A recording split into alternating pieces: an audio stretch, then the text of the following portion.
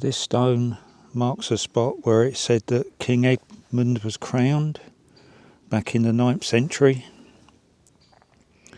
and he was the one who was killed by Vikings, being shot with arrows, which is why the 2 arrows are going through the crown. And he then became St Edmund, and is now the patron saint of archers.